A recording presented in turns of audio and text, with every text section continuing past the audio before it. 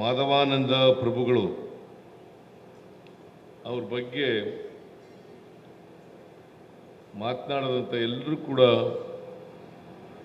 ಅನೇಕ ವಿಚಾರಗಳನ್ನು ನಿಮಗೆ ತಿಳಿಸಿದ್ದಾರೆ. ನಿಮಗೂ ಕೂಡ ಗೊತ್ತಿದೆ.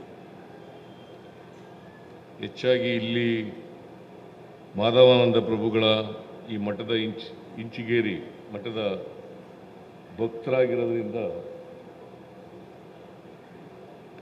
ನಿಮಗೆಲ್ಲ ವಿಚಾರಗಳು ತಿಳ್ಕೊಂಡಿದ್ದೀರಿ ಅಂತಕ್ಕಂಥದ್ದು ನನ್ನ ಭಾವನೆ.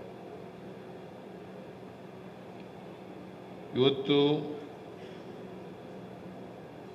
ಮಾಧವಾನಂದ ಪ್ರಭುಗಳ ದೇವಸ್ಥಾನ ಲೋಕಾರ್ಪಣೆ, ಕಳಸಾರೋಹಣ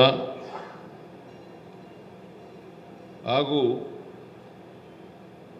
ಅವರ 44ನೇ ಸ್ಮರಣೋತ್ಸವ,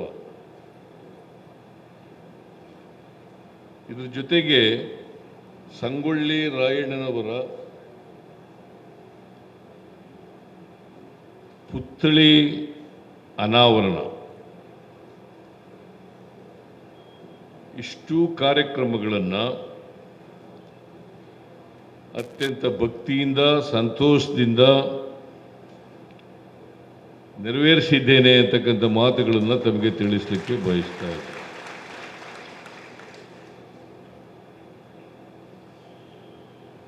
ಸಂಗೊಳ್ಳಿ ರಾಯಣ್ಣ ನಿಮಗೆಲ್ಲ ಗೊತ್ತಿದೆ.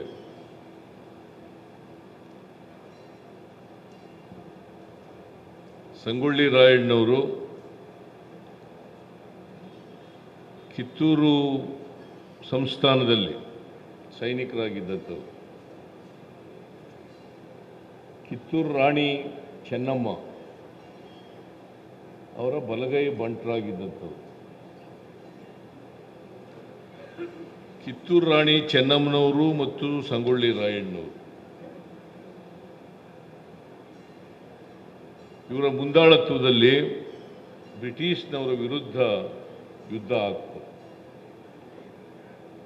ಒಂದು ಯುದ್ಧದಲ್ಲಿ ಗೆಲ್ತಾರೆ,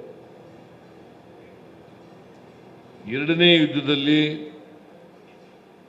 ಬ್ರಿಟಿಷ್ನವರು ಅಪಾರವಾದಂಥ ಸೈನ್ಯ ತಗೊಬಂದು ಚೆನ್ನಮ್ಮನವರನ್ನು ಸೆರೆ ಹಿಡಿತಾರೆ. ಸಂಗೊಳ್ಳಿ ರಾಯಣ್ಣವರು ತಪ್ಪಿಸ್ಕೊತಾರೆ. ಅವರು ತಪ್ಪಿಸ್ಕೊಂಡ ಮೇಲೆ ಬ್ರಿಟಿಷ್ನವರ ವಿರುದ್ಧವಾಗಿ ನಿರಂತರವಾಗಿ ಹೋರಾಟವನ್ನು ಮಾಡ್ತಾರೆ. ಬ್ರಿಟಿಷ್ನವ್ರಿಗೆ ಒಂದು ರೀತಿ ಸಿಂಹ ಸ್ವಪ್ನ ಆಗ್ಬಿಟ್ಟಿರ್ತಾರೆ. ಅವ್ರಿಗೆ ಚಳ್ಳೆ ಹಣ್ಣು ತಿನ್ನಿಸ್ತಕ್ಕಂಥ ಕೆಲಸವನ್ನು ಮಾಡ್ತಾರೆ. ಹಾಗಾಗಿ ಕಿತ್ತೂರು ರಾಣಿ ಚೆನ್ನಮ್ಮನವರು ಮತ್ತು ಸಂಗೊಳ್ಳಿ ರಾಯಣ್ಣವರು ಇವರಿಬ್ಬರೂ ಕೂಡ ಬ್ರಿಟಿಷ್ನವರ ವಿರುದ್ಧ ಹೋರಾಟ ಮಾಡಿ ಹುತಾತ್ಮರಾದಂಥವ್ರು. ಅವರ ಸ್ವಾರ್ಥಕ್ಕೋಸ್ಕರ ಹೋರಾಟ ಮಾಡಲಿಲ್ಲ. ಬ್ರಿಟಿಷ್ನವರು ಈ ದೇಶಕ್ಕೆ ವಲಸೆ ಬಂದವರು, ಇಂಗ್ಲೆಂಡ್ನವರು ಅಲ್ಲಿಂದ ಈ ದೇಶಕ್ಕೆ ಬಂದಿದ್ರು. ಅವರು ವ್ಯಾಪಾರ ಮಾಡಕ್ಕೆ ಬಂದವರು. ವ್ಯಾಪಾರ ಮಾಡಕ್ಕೆ ಬಂದು ಇಲ್ಲೇ ತಿಕಾಣ ಹೂಡಿ ಈ ದೇಶವನ್ನೇ ಆಕ್ರಮಿಸ್ಕೊಬಿಟ್ರು. ಕಾರಣ ಯಾಕಪ್ಪ ಅಂತಂದ್ರೆ ಅವತ್ತೂ ಕೂಡ ಒಂದು ಸಂಸ್ಥಾನ ಇರಲಿಲ್ಲ, ಒಂದು ರಾಜಧಾನಿ ಇರಲಿಲ್ಲ. ಅನೇಕ ರಾಜರುಗಳಿದ್ರು, ಒಬ್ಬ ರಾಜ ಇರಲಿಲ್ಲ. ಸುಮಾರು 500ಕ್ಕೂ ಹೆಚ್ಚು 560 ರಾಜರುಗಳಿದ್ರು. 560 ಸಂಸ್ಥಾನಗಳು, 560 ರಾಜರುಗಳು ಇದ್ದರು. ಒಬ್ರಿಗೊಬ್ರು ಕಂಡ್ರಾಯ್ತಿರ್ಲಿಲ್ಲ. ಯಾರೋ ಬಲಿಷ್ಠರಾದವರು ಮಾತ್ರ ಇವರು ಕಪ್ಪ ಕಾಣಿಕೆ ಕೊಟ್ಕೊಂಡು ಬದುಕಿರ್ತಿದ್ರು ಅಷ್ಟೇ.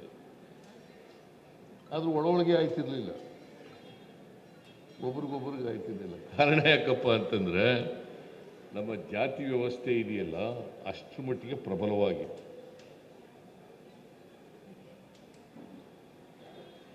ನಮ್ಮ ಜಾತಿ ವ್ಯವಸ್ಥೆ ಇದೆಯಲ್ಲ, ನಾವು ಇವತ್ತು ನೋಡ್ತಾ ಇರ್ತಕ್ಕಂಥ ಜಾತಿ ವ್ಯವಸ್ಥೆ, ಇಷ್ಟೊಂದು ಜಾತಿಗಳು ಯಾಕಾಗಿದ್ದಾವೆ? ನಾವೆಲ್ಲ ಮನುಷ್ಯರಲ್ಲ. ಅಸಮಾನತೆ ಏನು ದೇವ್ರು ಮಾಡಿದ್ನ? ಯಾವ ದೇವರು ಮಾಡಿಲ್ಲ. ಇವ್ರು ಮಾತ್ರ ಎಂ.ಬಿ. ಪಾಟೀಲ್ ಮಾತ್ರ ಶ್ರೀಮಂತನಾಗಿರು, ಬೇರೆಯವರೆಲ್ಲ ಬಡವರಾಗಿರು ಅಂತ ಹೇಳಿದ್ರ?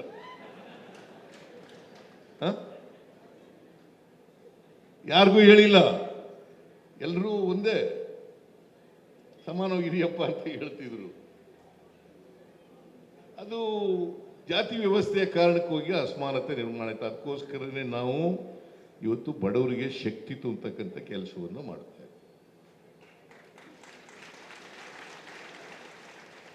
ಜನ ಓಟ್ ಕೊಡದೇ ಇರಬಹುದು, ಅದರ ಆಧಾರದ ಮೇಲೆ ಎಲ್ಲ ಜಾತಿ ಬಡವರಿಗೂ ಕೊಡ್ತಾ ಇದ್ದೀವಲ್ಲ. ಎಲ್ಲರೂ ಬಸ್ನಲ್ಲಿ ಬರೀ ದಲಿತರು ಮಾತ್ರ ಓಡಾಡ್ತಾರ? ಸರ್ಕಾರಿ ಬಸ್ನಲ್ಲಿ ಎಲ್ಲರೂ ಓಡಾಡ್ತಾರ? ಅವರು ಜಾತಿ ಇದೆಯಾ ಅದಕ್ಕೆ? ಧರ್ಮ ಇದೆಯಾ ಅದಕ್ಕೆ? ಮತ್ತೆ 2,000 ರೂಪಾಯಿ ಕೊಡ್ತೀವಿ ನಾವು ಗೃಹಲಕ್ಷ್ಮಿ ಯೋಜನೆಯಲ್ಲಿ. ಏನು ಬರೀ ಒಂದೇ ಜಾತಿಯವರು ಕೊಟ್ಟಿವ? ಹಿಂದುಳಿದವರು ಕೊಟ್ಟಿವ? ಎಲ್ಲ ಜಾತಿಯವ್ರಿಗೂ ಕೊಡ್ತೀವಿ, ಎಲ್ಲ ಪಕ್ಷದವ್ರಿಗೂ ಕೊಡ್ತೀವಿ, ಎಲ್ಲ ಧರ್ಮದವ್ರಿಗೂ ಕೊಡ್ತೀವಿ. ಅದ್ರ ಮೇಲೆ ಜಾತಿ ಲೆಕ್ಕ ಹಾಕಿದ್ರೆ ಹೆಂಗೆ? ಹೇಳಿಯಪ್ಪ, ನೀವೇ ಹೇಳಿ. ಈಗ ಮನೆ ವಿದ್ಯುತ್ ಕೊಡ್ತಾ ಇದೀವಲ್ಲ, ಎಲ್ಲ ಜನರು ಬಳಸ್ತಾರಲ್ವ? ಏನ್ ಸಿದ್ದರಾಮಯ್ಯ ಅವ್ರ ಅಪ್ಪನ ಮನೆಯಿಂದ ಕೊಟ್ಟನ? ನಮ್ ದುಡ್ಡು, ಸರ್ಕಾರದ ದುಡ್ಡು ಅಂತಂದ್ರೆ ಹಾಗಾದ್ರೆ ಬೇರೆಯವರೆಲ್ಲ ಯಾಕೆ ಕೊಡ್ಲಿಲ್ಲ? ಬೇರೆ ಸ್ವಾಮೀಜಿಗಳು ಯಾಕೆ ಮಾಡಲಿಲ್ಲ? ಈಗ ಈ ಸ್ವಾಮೀಜಿ ಯಾಕೆ ವಿಶಿಷ್ಟವಾದಂಥ ಸ್ವಾಮೀಜಿ ಅಂತ ಯಾಕೆ ಕರಿತೀವಿ ಅಂತಂದ್ರೆ, ಸ್ವಾತಂತ್ರ್ಯ ಹೋರಾಟದಲ್ಲೂ ಕೂಡ ಭಾಗಿಯಾಗಿದ್ರು. ಏಕೀಕರಣ ವ್ಯವಸ್ಥೆನಲ್ಲೂ ತಗೊಂಡು ಏಕೀಕರಣ ಹೋರಾಟದಲ್ಲೂ ಭಾಗಿಯಾಗಿದ್ರು. ಗೋವಾ ವಿಮೋಚನೆಯಲ್ಲೂ ಭಾಗಿಯಾಗಿದ್ರು. ಯಾಕೆ? ಮನುಷ್ಯ ಸ್ವತಂತ್ರವಾಗಿರಬೇಕು, ಸ್ವತಂತ್ರನಾಗಿರ್ಬೇಕು, ಇನ್ನೊಬ್ಬರ ಅಧೀನದಲ್ಲಿ ಇರಬಾರ್ದು ಅಲ್ವಾ? ಬ್ರಿಟಿಷ್ನವರ ಅಧೀನದಲ್ಲಿದ್ದು ನಾವೆಲ್ಲ. ಮಹಾತ್ಮ ಗಾಂಧೀಜಿ, ಸುಭಾಷ್ ಚಂದ್ರ ಬೋಸ್, ನೆಹರು, ವಲ್ಲಭಾಯ್ ಪಟೇಲ್, ಆಜಾದ್ ಅವರೆಲ್ಲ ಹೋರಾಟ ಮಾಡಿದವರು. ನಮಗೆ ದೇಶ ಸಿಕ್ತಿತ್ತ? ಅದೆಲ್ಲ ಹೋರಾಟ ಮಾಡಿದವರು ಯಾರು? ಹೋರಾಟ ಮಾಡಿದವರು ಯಾರು? ಯಾರ ನೇತೃತ್ವದಲ್ಲಿ ಹೋರಾಟ ನಡೆಯಿತು? ಯಾರು ನೇತೃತ್ವದಲ್ಲಿ ಹೋರಾಟ ನಡೀತ್ರಿ? 1942ರಲ್ಲಿ ಬ್ರಿಟಿಷರೇ ಬಿಟ್ಟು ತೊಲಗಿ ಅಂತ ಕರೆ ಕೊಟ್ಟವ್ರು ಯಾರು? ಇದು ಮಾತಾಡಲ್ಲ ನೀವು? ಮಹಾತ್ಮ ಗಾಂಧೀಜಿ ಯಾವ ಪಾರ್ಟಿಯವರು? ಅವರು ಕಾಂಗ್ರೆಸ್ನವರು. ಬೇರೆಯವ್ರು ಕೊಟ್ಟಿದ್ರ? ಮಾಡಿದ್ರ? ಈಗ ಅಧಿಕಾರ ಮಾಡೋರು ಮಾಡಿದ್ರ? ಏನು ಅರ್ಥ ಅಂತಿದ್ದು? ಇತಿಹಾಸ ತಿಳ್ಕೊಳ್ಳೋದೇ ಇಲ್ಲ. ಏನ್ ಮಾಡೋದು ನಾವು? ಇತಿಹಾಸ ತಿಳ್ಕೋಬೇಕಲ್ಲ. 1942ರಲ್ಲಿ ಯಾರು ಇವತ್ತು ಅಧಿಕಾರ ಮಾಡ್ತಾ ಇದ್ದಾರೆ ಅವರು ಬ್ರಿಟಿಷ್ನವರು ಸಪೋರ್ಟ್ ಮಾಡ್ತಾ ಇದ್ದಾರೆ. ಅದರ ಅರ್ಥ ಮಾಧವಾನಂದ ಸ್ವಾಮೀಜಿಯವರು ಯಾವ ಹೋರಾಟ ಮಾಡಿದ್ರು ಆ ಹೋರಾಟಕ್ಕೆ ವಿರುದ್ಧವಾಗಿತ್ತು.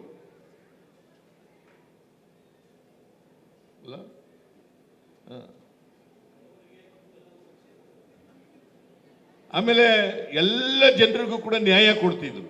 ಸಾಮಾಜಿಕ ನ್ಯಾಯ ಅಂದ್ರೆ ಅದೇನೆ. ಇಲ್ಲಿ ಅದಕ್ಕೆ ಅಂಬೇಡ್ಕರ್ ಅವರು ಒಂದು ಮಾತು ಹೇಳಿದ್ರು, ಈ ದೇಶದಲ್ಲಿ ಅಧಿಕಾರ ಬಲಾಢ್ಯರ ಕೈನಲ್ಲಿ ಇರಬಾರದು, ಅಧಿಕಾರ ಎಲ್ರಿಗೂ ಹಂಚಿಕೆ ಆಗಬೇಕು. ಎಲ್ಲರ ಕೈನಲ್ಲೂ ಅಧಿಕಾರ ಇರಬೇಕು. ತಲಾಟರ ಕೈನಲ್ಲಿ ಮಾತ್ರ ಇರಬಾರ್ದು. ಇದ್ರೆ ಪಾಳ್ಯಗಾರಿಕೆ ಶುರುವಾಗ್ಬಿಡ್ತದೆ, ಶೋಷಣೆ ಶುರುವಾಗ್ಬಿಡ್ತದೆ. ಎಲ್ಲಿ ಪಾಳ್ಯಗಾರಿಕೆ ಇರ್ತದೆ ಅಲ್ಲಿ ಶೋಷಣೆ ಇದ್ದೇ ಇರ್ತದೆ, ಅಲ್ಲಿ ದೌರ್ಜನ್ಯ ಇದ್ದೇ ಇರ್ತದೆ ಅಲ್ವಾ? ಹೌದಾ ಅಲ್ಲ? ಸುಮ್ಮನೆ ನಾವು ಹೇಳಿದಾಗ ತಲೆ ಅಲ್ಲಾಡಿಸ್ತೀರಿ, ಆಮೇಲೆ ಮರ್ತು ಬಿಡ್ತೀರಿ. ಆಮೇಲೆ ನಾವೇನು ಮಾಡೋದು? ನಾವು ಹೇಳಿದಾಗ ತಲೆ ಅಲ್ಲಾಡಿಸೋದು, ಆಮೇಲೆ ಮರ್ತು ಬಿಡೋದು. ನಾನು ಹೆಚ್ಚು ಮಾತಾಡಕ್ಕೆ ಹೋಗಲ್ಲ. ಮಾತಾಡಕ್ಕೆ ಹೋದ್ರೆ ಬಹಳಷ್ಟು ವಿಚಾರಗಳಿದ್ದಾವೆ, ಸಮಯ ಆಗ್ಬಿಟ್ಟದೆ. ನೀವು ಇಷ್ಟೇ ತಿಳ್ಕೊಳ್ಳಿ, ನಾವೆಲ್ಲ ಮನುಷ್ಯರಾಗಿ ಬಾಳ್ಬೇಕಷ್ಟೇ. ಗೊತ್ತಾಯ್ತಾ? ನಾವು ದಾನವರಾಗಬಾರ್ದು, ಮನುಷ್ಯರಾಗಿರ್ಬೇಕು, ಪರಸ್ಪರ ಪ್ರೀತಿಸ್ಬೇಕು, ಗೌರವಿಸ್ಬೇಕು. ನಾನು ಮನುಷ್ಯ, ಅವನು ಮನುಷ್ಯ, ಅವನನ್ನು ಪ್ರೀತಿಸ್ಬೇಕು, ಗೌರವಿಸ್ಬೇಕು. ಇದೇ ಸ್ವಾಮೀಜಿಯವರು ಮಾಡದಂಥ ಕೆಲಸ, ಮಾಧವಾನಂದ ಸ್ವಾಮೀಜಿಯವರು ಮಾಡದಂಥ ಕೆಲಸ ಅಲ್ವಾ? ಎಲ್ಲರನ್ನೂ ಪ್ರೀತಿ. ಈಗ ಜಾತ್ಯತೀತ ಮಠ ಅಂತ ಯಾಕೆ ಕರಿತೀವಿ? ಎಲ್ಲರನ್ನೂ ಪ್ರೀತಿಸೋದ್ರಿಂದ ಜಾತ್ಯತೀತ ಮಠ ಕರಿತೀವಿ. ಎಲ್ಲರನ್ನೂ ಗೌರವಿಸಿದ್ರೆ ಜಾತ್ಯತೀತ ಮಠ. ಯಾವುದೇ ತಾರತಮ್ಯ ಮಾಡದೇ ಇರೋದ್ರಿಂದ ಜಾತ್ಯತೀತ ಮಠ ಅಂತ ಕರಿತೀವಿ. ಅದನ್ನೇ ಜಾತ್ಯತೀತ ಅನ್ನೋದಕ್ಕೆ ಇವ ನಾರವ ಅನ್ಬೇಡಪ್ಪ, ಇವ ನಮ್ಮವ ಅಂತ ಹೇಳ್ರಯ್ಯ, ಇವ ನಮ್ಮವ ಅಂತ ಹೇಳುವಂತ ಅದೇ ಜಾತ್ಯತೀತ ಅಲ್ವಾ? ಅದನ್ನ ಸ್ವಾಮೀಜಿಯವರು, ಮಾಧವಾನಂದ ಸ್ವಾಮೀಜಿಯವರು ಮಾಡಿದ್ರು. ಅವರು ಈಗ 44 ವರ್ಷ ಆಗಿದೆ. ಸ್ವಾಮೀಜಿ ರೇವಣಸಿದ್ದೇಶ್ವರ ಸ್ವಾಮೀಜಿ ಅದನ್ನು ಮುಂದುವರಿಸಿ ಅಷ್ಟೇ. ಅದಕ್ಕೆಲ್ಲ ನೀವೆಲ್ಲ ಬೆಂಬಲ ಕೊಡಿ, ಆಯ್ತಲ್ಲ? ಇಷ್ಟು ಹೇಳಿ ಸಂಗೊಳ್ಳಿ ರಾಯಣ್ಣವರ ಪ್ರತಿಮೆ ಅತ್ಯಂತ ಸಂತೋಷದಿಂದ